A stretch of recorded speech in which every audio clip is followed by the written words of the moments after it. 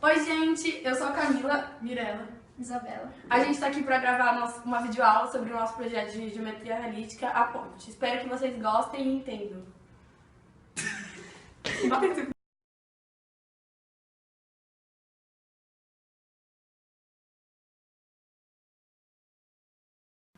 Bom, gente, no bloco 1, ele quer saber as coordenadas x e z dos nós H até L e de H' até L'. Aqui tá a coordenada x e essa aqui é a coordenada z. Então, para calcular as coordenadas z, a gente tem que traçar as alturas de cada um desses pontos.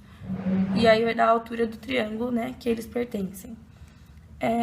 E para calcular aqui o eixo x, a gente vai ter que descobrir cada um desses pedacinhos aqui, para somar com as coordenadas que eles já deram. Aqui é 5, aqui é 7, aqui é 8, e assim vai.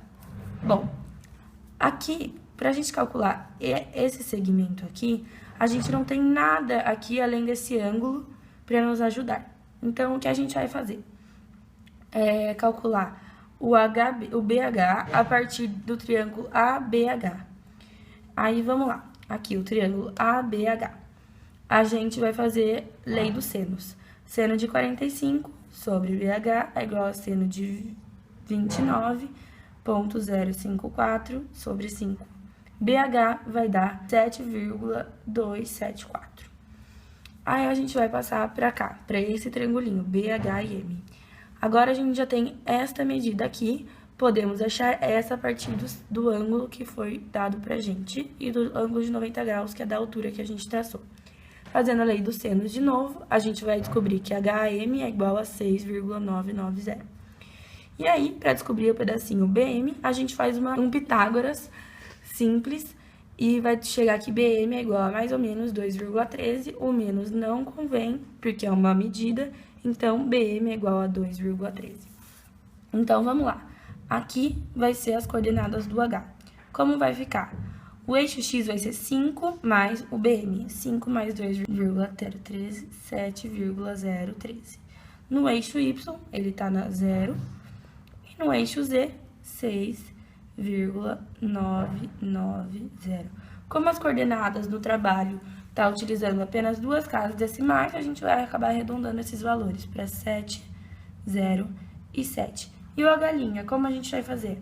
É igual, só que no eixo y ele tem 10 unidades. E assim você vai fazendo para todos os outros nós e descobre as coordenadas de todos eles.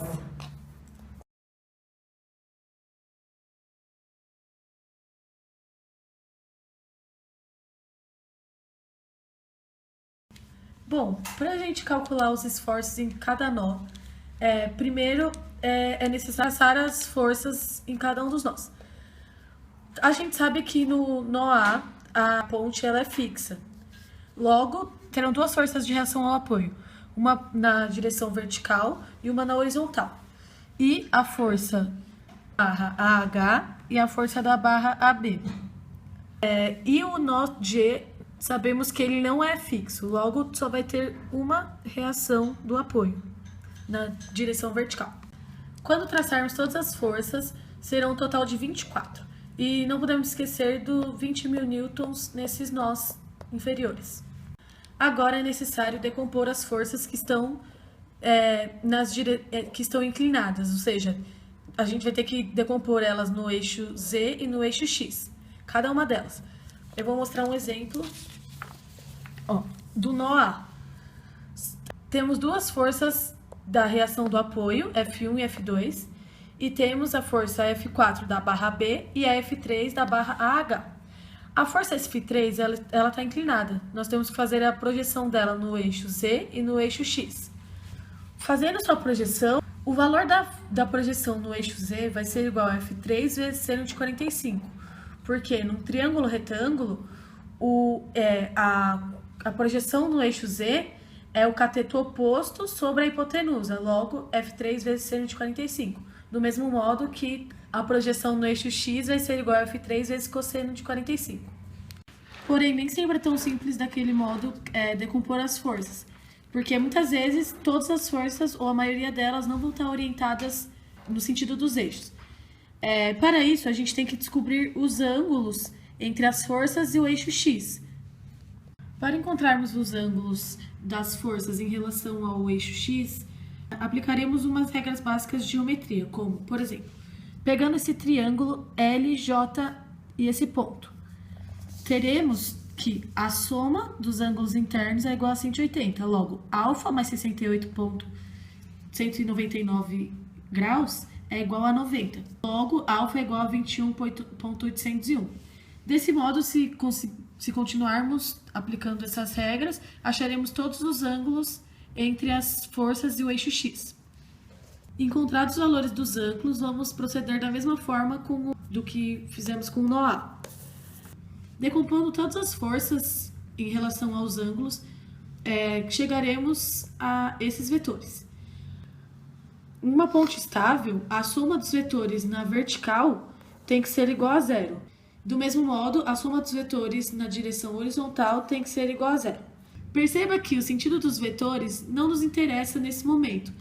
As forças podem não estar nesses sentidos, a gente só vai descobrir se elas realmente estão nesses sentidos quando resolvermos o sistema das 24 incógnitas, em que teremos forças positivas e negativas, e esse sinal nos indicará se o sentido que nós adotamos está correto ou não. O site irá gerar uma matriz como essa, uma 24 por 24 vezes uma 24 por 1, em que a 24 por 1 terão as incógnitas e na 24 por 24 terão os números que acompanham as forças, sendo cada coluna representante de uma força. Depois que o site gerou todos os resultados para as incógnitas, percebemos que algumas forças deram com um sinal negativo. Isso se explica porque, quando desenhamos os vetores, não importa o sentido em que desenhamos, pois quando desenhamos vetores, desenhamos eles de forma aleatória, e seu real sentido está associado ao sinal que acompanha a força. Por exemplo, a F15, antes de sabermos o sinal dela, estava voltada para dentro da barra. Porém, quando descobrimos seu valor, ela deu um valor negativo. Logo, deduzimos que o sentido dela é o oposto do que determinamos.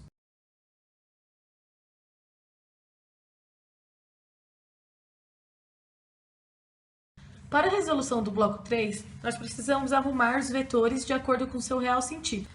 Para saber se uma barra está em compressão ou tração, precisamos ver o sentido dos vetores na mesma.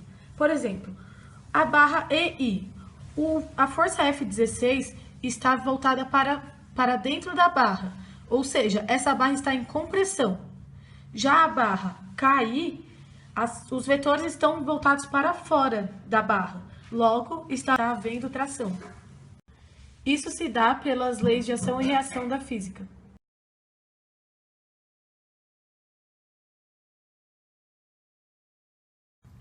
No bloco 4, a gente precisa calcular a medida de cada uma desses segmentos. Para isso, a gente pode usar a lei dos senos, igual a gente fez no bloco 1, ou fazer pela fórmula de distância entre dois pontos. A gente vai fazer assim agora nesse exemplo. Aqui, as coordenadas do A é 0, 0, 0. Isso foi dado pra gente.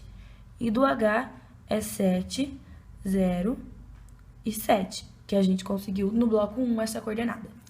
Então, para fazer a distância do ponto A até o ponto H, qual é a fórmula? É um módulo de HA. HA vai ficar menos 7, 0 e menos 7. Então, vamos lá. Distância de A até H é igual a raiz quadrada de menos 7 ao quadrado mais 0 ao quadrado mais menos 7 ao quadrado. Distância mais ou menos 9,899. O menos não convém porque é o tamanho. Então, 9,899. Aqui, por distância entre dois pontos, deu 9,899. Se a gente fizesse por seno, lei dos senos ou lei dos cossenos, podia dar uma pequena variação aqui nas casas decimais, mas isso é porque estamos trabalhando com muitos valores muito aproximados, assim, valores que têm 10 casas decimais, a gente arredonda para 3 e é isso.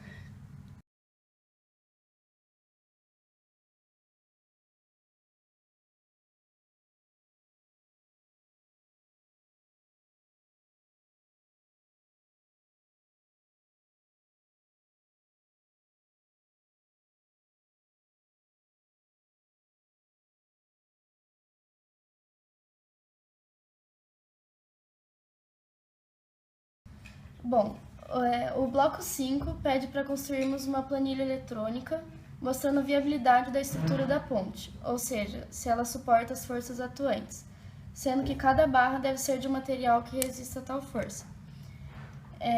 Para isso, a gente vai utilizar a tabela dada no trabalho, que mostra para a gente os materiais que podem ser utilizados, sendo eles aço, ferro laminado, alumínio, ferro fundido, madeira dura e madeira branda. E também em conjunto é mostrada a resistência suportada por cada material em newtons por metro. Por exemplo, o aço suporta 11.000 newtons por metro. Bom, para isso a gente vai ter que pegar cada barra e achar a resistência total nela em cada material. Para isso eu vou pegar um exemplo utilizando a barra de AH usando o material aço. Bom, para achar a resistência de AH, a gente precisa do comprimento dela. Sabemos que é 9,897 metros. E a resistência do aço. Multiplicando esse valor, a gente vai achar a resistência em AH, vezes 11.000 newtons. Essa força será de 108,867 newtons nessa barra AH. Bom, agora para a gente saber se é viável usar o aço nessa barra de AH, a gente tem que comparar esse valor da resistência dela com a força atuante em AH. Sabemos que a força atuante em AH é F3 e que o seu valor é de 70.721,36 newtons. Então, sendo essa força atuante menor que a resistência da barra, é viável o uso de aço nesse caso. Bom, outra coisa exigida pelo bloco 5 é ver o custo de cada barra utilizando determinado material. Então, a tabela dá o preço reais por metro, como por exemplo do aço, R$300 por metro. Bom, então nesse caso a gente vai achar o preço, sabendo que o preço do aço é R$300 por metro, e a barra AH tendo 9,897 metros, a gente vai achar o custo total nessa barra se a gente construir ela com aço. Bom, 300 vezes 9,897 dará um custo total de R$ 2.969,01. Isso a gente vai fazer com todas as barras, com cada material. Bom, por fim, o exercício pede para falarmos qual material deve ser utilizado em cada barra. Primeiro, a gente vai descartar em cada barra os materiais que não suportam a força atuante. E depois a gente vai comparar entre os viáveis, os materiais viáveis, qual é o custo menor. Com isso, a gente montou a ponte com os materiais viáveis que suportam as forças atuantes e com um custo menor.